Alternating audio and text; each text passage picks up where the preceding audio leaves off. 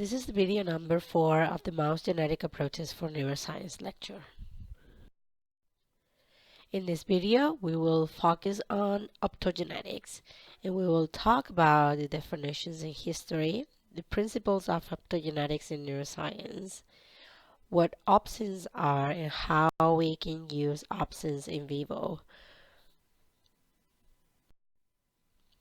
So optogenetics are defined by the use of genetic expression of light-sensitive ion channels into cell tissues that modulate the activity of these cells by interfering with the normal ion flux across their membrane. Optogenetics encompasses a core of technology for delivering light into tissues or cells under investigation, targeting cells of interest, and obtaining imaging or electrical recordings of evoked activity. The origin of optogenetics dates from 1971 with the identification of bacteriorhodopsin, which is a single-component light-activated regulator of transmembrane ion flow found in archaea. However, the emergence of optogenetics really began in 2005 following the use of the single-component microbial opsins genes in neuroscience.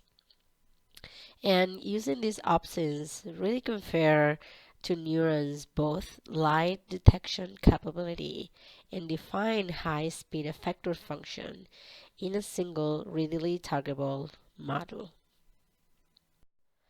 So microbial opsins belong to the G protein coupled receptor superfamily, and they require a cofactor to function, which is called retinol, and it is the chromophore that absorbs the photons. Although opsins belong to the GPCRs, they are not coupled to a G protein-mediated signaling cascade, but instead, opsins incorporate an ion channel directly, enabling it to respond much more rapidly to light. There are different opsins depending on which type of ions flow through their channel. So, channel rhodopsin is the most common opsin used to activate neuronal activity. When neurons are at rest, the inside of the cell is negatively charged relative to the outside. This generates a potential difference across the membrane of roughly minus 70 millivolts, which is the resting potential. When channel rhodopsin in the neuronal membrane is illuminated with light, all transretinal isomerizes to a cisretinal. And this conformational change opens the channel rhodopsin cation channel. Positively charged ions now flow into the cell, which becomes depolarized, and the potential difference across the membrane becomes basically just less negative. If the depolarization reaches a critical threshold, then a chain of events is initiated that leads ultimately to cell firing and action potential. And now switching the lights off causes the cisretinal to quickly revert to all transretinal, closing the channel and repolarizing the cell. On the other side, halorhodopsin is the most common opsin to promote inhibition, since this channel uses chloride ions that are pumped into the cell upon light activation. This causes overcoming the membrane potential. And this is used to silence excitable cells. Optogenetics provides several advantages compared to traditional electric stimulation, including specific targeting and excellent spatiotemporal resolution. Since different opsins have the ability to be activated by different wavelengths, in this case, channel rhodopsin is activated by blue light at 470 nanometers, while halorhodopsin is activated by yellow light at 580 nanometers.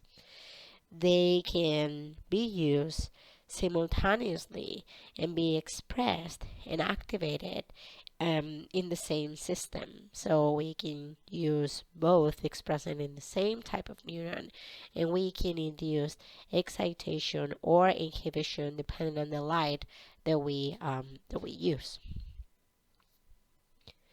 This system has completely revolutionized the neuroscience field, expanding our ability to manipulate neuronal function and understand much better how neurons operate.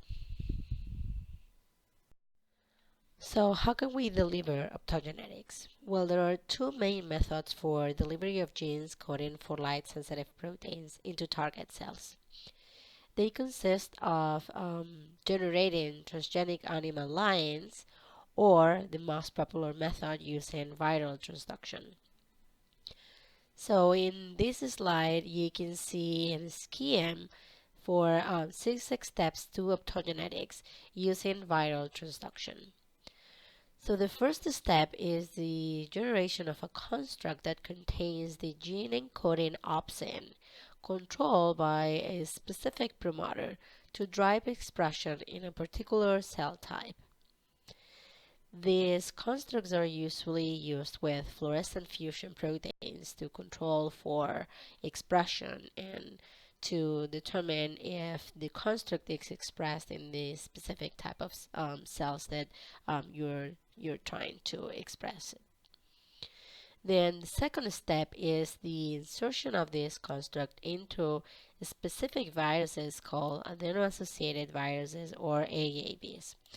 And these are commonly used to deliver this construct into a mammalian system. The third step will consist in injecting the virus into the animal brain. Then the opsin is expressed in the targeted neurons. The fourth step is the insertion of an optrode, a fiber optic cable plus an electrode. This is a laser light coupled to optical fiber guided through a cannula to the transduced tissue. So then you can deliver the light into a specific region where the virus was inserted or injected.